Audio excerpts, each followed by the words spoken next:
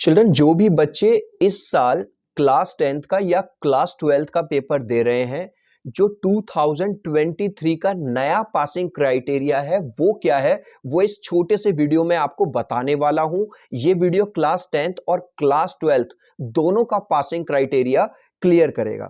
तो ये वाली बात तो ज्यादातर बच्चों को पता है मोटी मोटी, कि जो क्लास 10th वाले बच्चे हैं उनको अपने इंटरनल असेसमेंट और थ्योरी दोनों में मिला के 33% लाने हैं। जैसे फॉर एग्जाम्पल किसी बच्चे को क्लास 10th वाले को 20 मार्क्स मिल जाते हैं इंटरनल असेसमेंट में और उसके थ्योरी में केवल 13 मार्क्स 13 नंबर भी आते हैं, तो 20 + 13 मिलके 33 हो जाते हैं। या जैसे मान के चलो किसी बच्चे को, मान के चलो, वैसे तो ऐसा होगा नहीं कि इंटरनल असेसमेंट में अच्छे नंबर ना मिले, लेकिन फिर भी हम मान के चल रहे हैं कि किसी बच्चे को 10 नंबर मिले, तो उसको थ्योरी में अगर 23 नंबर भी मिल जाएंगे तो 23 वो और 10 वो, 23 + 10 33 हो जाएगा और इस तरह से बच्चा पास हो जाएगा। लेकिन क्लास 12th का जो जो क्राइटेरिया है वो अलग है। वो क्राइटेरिया ये कहता है कि बच्चे को थ्योरी में अलग पास होना है और बच्चे को इंटरनल असेसमेंट या प्रैक्टिकल में अलग पास होना है, यानी कि दोनों में 33% मार्क्स लाना कंपलसरी है। अगर बच्चा थ्योरी में फेल है और इंटरनल असेसमेंट में पास है तो भी उसको फेल ही कंसीडर किया जाएगा। ये क्लास 12th के लिए है। अब यहां पे मोटा मोटा जो क्राइटेरिया है, तो क्लास 12th वाले बच्चे को जो है दोनों में अलग अलग पास होना है। अब मैं बात करूंगा किस तरह से आपको ग्रेस मार्क्स मिलेंगे। ग्रेस मार्क्स का मतलब होता है किस तरह से सीबीएसई आपके मार्क्स बढ़ाएगी, और अगर आप एक सब्जेक्ट में फेल हो तो आप कैसे पास होगे, दो सब्जेक्ट में अगर फेल हो तो कैसे पास होगे।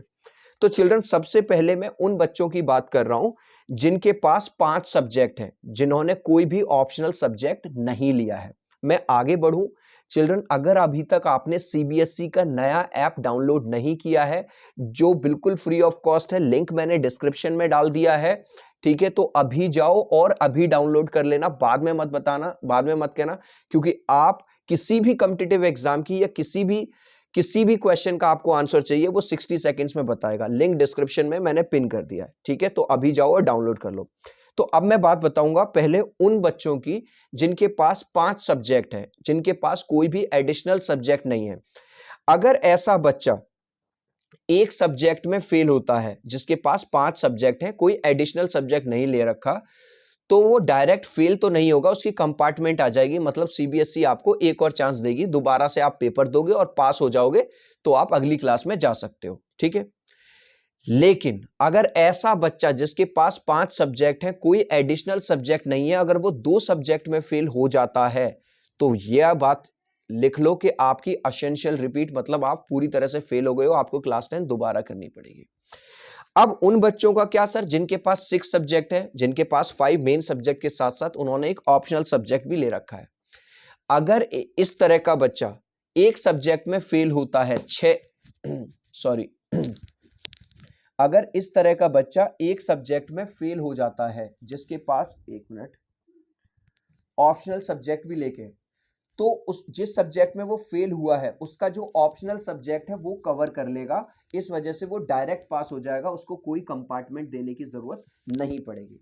लेकिन अगर ऑप्शनल वाला बच्चा जिसने एक ऑप्शनल सब्जेक्ट भी लिया हुआ था, 2 सब्जेक्ट में फेल होता है, तो एक सब्जेक्ट को तो कवर कर लेगा उसका जो उसने ऑप्शनल सब्जेक्ट लिया था, और एक सब्जेक्ट में उसको मिल जाएगी कंपार्टमेंट, मतलब उसको दोबारा से वो पेपर देने का मौका मिलेगा। अगर वो पास हो जाता है तो सीबीएसई उसके अगली क्लास में भेज देगी। लेकिन हम ये मान के चलते हैं कि अगर वो बच्चा भाई साहब 3 सब्जेक्ट में फेल हो गया, जिसने 6 ऑप्शनल सब्जेक्ट लिया था, तो भैया उसको हर केस में जो रिपीट करना ही पड़ेगा।